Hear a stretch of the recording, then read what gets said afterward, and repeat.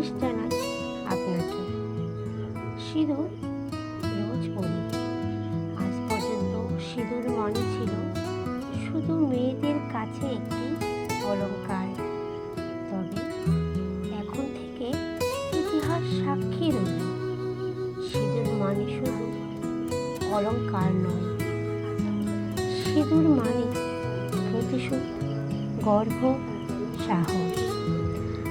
আজ থেকে সিঁদুর যখনই কেউ পরবে, মাথা উঁচু করে পরবে, গর্বের সাথে পরবে। হিন্দু নারীর কাছে এই জিনিসগুলো বহু মূল্যবান সম্পদ, যার ভাব কখনো কাউকে দেওয়া যাবে না। জয় হিন্দ, ভারত মাতার জয়, ভারতীয় সেনার জয়, জয় নারী শক্তির জয়। লেখা সংগৃহীত, কণ্ঠে আমি পঞ্চতপা।